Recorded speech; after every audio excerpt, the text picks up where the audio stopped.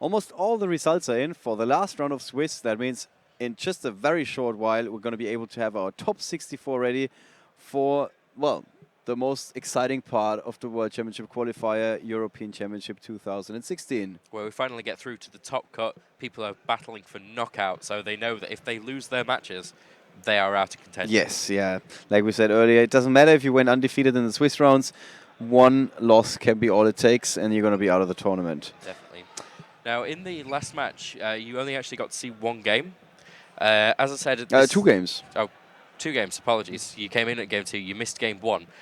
So game 1, basically what was happening was there was a lot of Pendulum summons coming from Finn's side. There wasn't really much going on Tom's side. There was, every single time that a large field would come out, Tom would kind of be able to play one Erebus, get rid of one card, and then end his turn. Yeah. Essentially. And then there was 2 Kirans on the field, huge monsters, and there was just nothing you could do. It also took quite a while. It took like 20 minutes, I think. Yes, a lot of that was Tom thinking. Because the reason why I think that is because Burning Abyss Monarch is not like your normal Monarch. Monarch has some thinking and always advancing the game state. With Monarch Burning Abyss, you've got this whole other archetype to worry about. Right, right. Okay, well, let's take a look at our first highlight, which basically marks the start for Finn in the second game. This is when he started to do something, really. Although we see, of course, there's the Sky Iris already out there, so he did have some options in his opening hand. He did actually get quite a good opening hand. He was ready to be able to start making plays. He had his Solemn Warning. Is this game 2? This is game 2, yes. The first we had on the stream. Yep, and I believe at that point he also, just after that, got his Chaos Trap Hole as well. Right. So he was set up to be able to stop anything that was going to be happening. Yeah. But that was the setup. That's a very typical setup for the Pendulum deck, and that's what it does best. Then, quite honestly, we did take a break at that point in time. I did, so I couldn't really look at the highlights. Was there anything else in game 2 that stood out to you? Not necessarily. It was pretty much. It was almost a repeat of game 1. Yeah. But a war of attrition. A lot of kind of stopping forces, and on Tom's side of the field, the Monarchs did what they did best, and he pushed through enough damage. Right. Let's take a look at the highlight number 2, because that is actually the end of the second game, which is the first game that we had on the stream. This is, well, Pendulum deck doing what the Pendulum deck is supposed to be doing, but there was a big Solemn Strike. That's a Solemn Scolding there. Yeah. Actually popularized during the Necros format. Yeah. Also very good in Noble Knights, if any of you play Noble Knights. Just to be able to get rid of that Pendulum Summon. And yeah, but Finn basically said, oh wait, can he activate that? Because he's got a domain down. Of course, it only has to be the only card set on the field for you to be able to do it. Okay. Got rid of the Pendulum Summon, and Finn is just like, I'm not going to be able to come back from this. Yeah, right. That's my... I don't want to say the Pendulum deck is a one-trick pony, but that is definitely his most effective trick, his biggest play. Yeah, I mean, the issue that you really have if the summons are getting negated, they're not going to the extra deck anymore, and you're not just going to be able to bring them back. If they go to the graveyard, you've essentially lost them. Yeah, yeah. And then even the high activation cost of Solemn Scolding seems like a fair deal in that situation. Yep, definitely. I mean, it's one of those things that if people don't have Solemn Strikes and they don't really play any of the trap cards, they want to play Solemn Scolding. Right. Okay, let's take a look at the next highlight, which is, of course, from our third game now. This is the first time that we see Burning Abyss trying to make a push with a Dante. And you also see the Mask of Restrict being face up there, but didn't do much. Yeah. Arguably. Now, with it wasn't actually going to be doing much. What we saw there was the fact that he played the Mask of Restrict. He looked at his hand and he just went, well, I've got a Burning Abyss engine and that's all I've got, so this isn't going to affect me. Yeah. So then he started trying to make his plays with his Dantes. Rather, he saved his Chaos Trap Hole for anything like an Ether or an... trying to think now, Araya?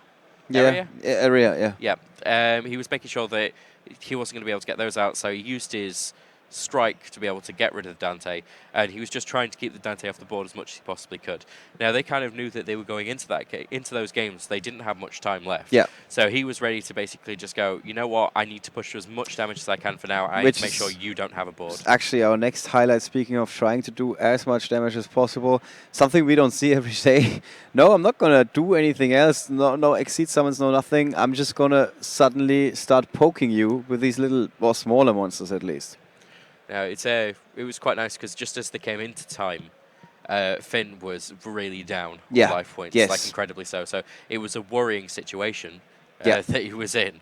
But Matt also stopped by and he just had a look at the game, and then he saw, oh, there's also an enemy controller. So he's got the Prime Monarch that's going to stop a couple of attacks. If the other player is going to play something bigger than that, he can just use the enemy controller, steal the monster for the time being. Next turn, get the Prime Monarch back. His initial assessment of the situation was immediately there in time. He's trying to make sure that this life point difference stays as large as possible and win that way. I mean, the enemy controller was kind of not live at all, simply because, well, it could have turned something to defense, but it might not have mattered at that point. And also, he couldn't tribute anything to be able to steal anything. No, well, didn't we have the Prime Monarch? He couldn't tribute anything.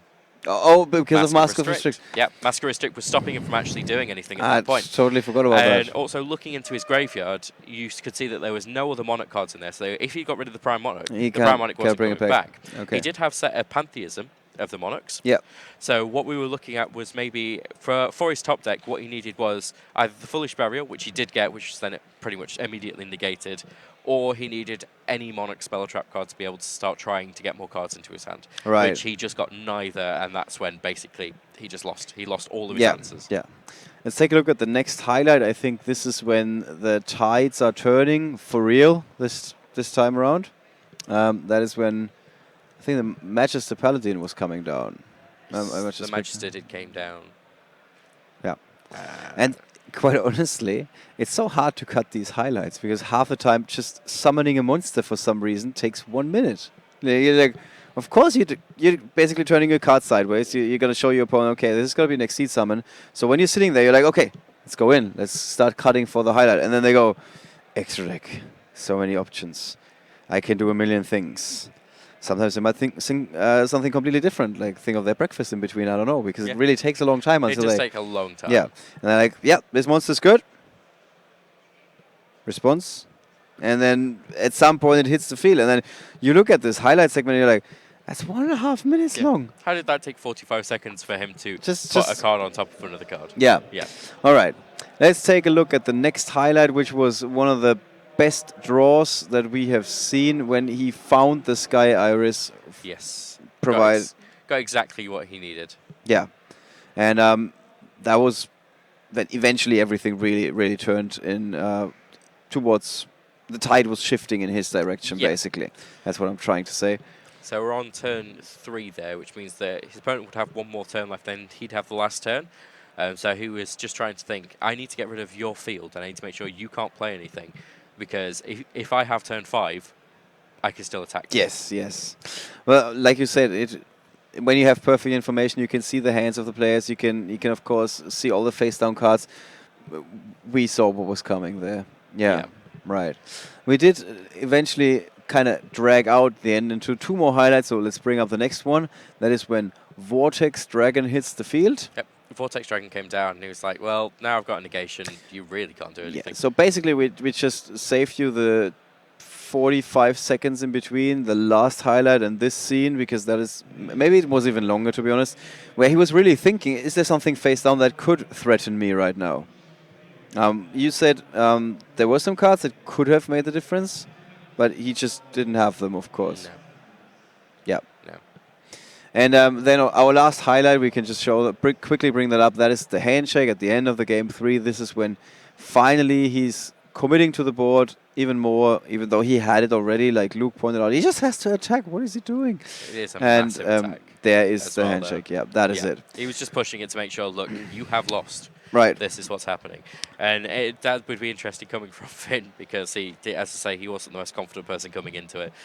Very, very nervous, kind of clumsily nervous Yeah. when he first came on. His opponent, Tom, immediately started trying to kind of phase him out as well. How did he do that? Tom basically said, "Oh well, if I lose to you, at least it won't be a top four for the person that gets into the top four."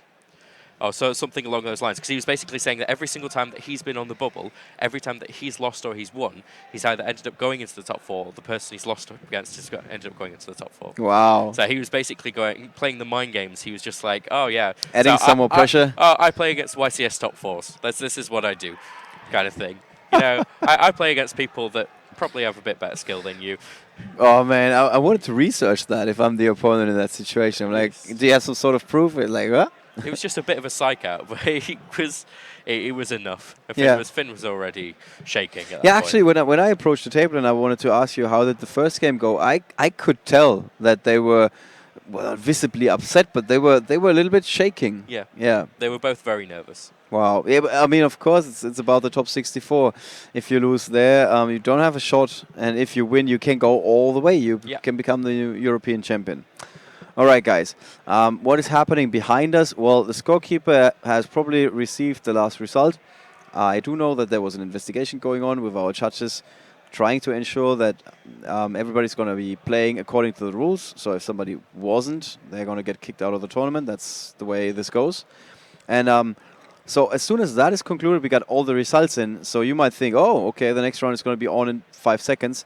However, this is the end of Swiss, of course. So that means we then have the standings. And then we have to wait to make sure that they're verified. And then if there are any issues, they need to be rectified. And there's a lot of players. Yeah. So it will take time. Yeah. So that is going to take a little bit longer, because sometimes it does happen that on the result entry slip something has been filled out incorrectly, or the scorekeeper made a mistake, even though that's very unlikely. He's very focused today. I spoke to him earlier. So, and if that things like that happen, then they have to correct it, and that's why we have a little bit of a longer break. In theory, could be very short, however. All right, we'll guys. See. Yeah. We'll see. In any case, as always, leave your comments. Let us know who you want to see in the top 64. We're going to try and get everything up on the written coverage as well, so you can look it up for yourself, who's going up against who. And with that, we're signing off, and we're going to be back soon.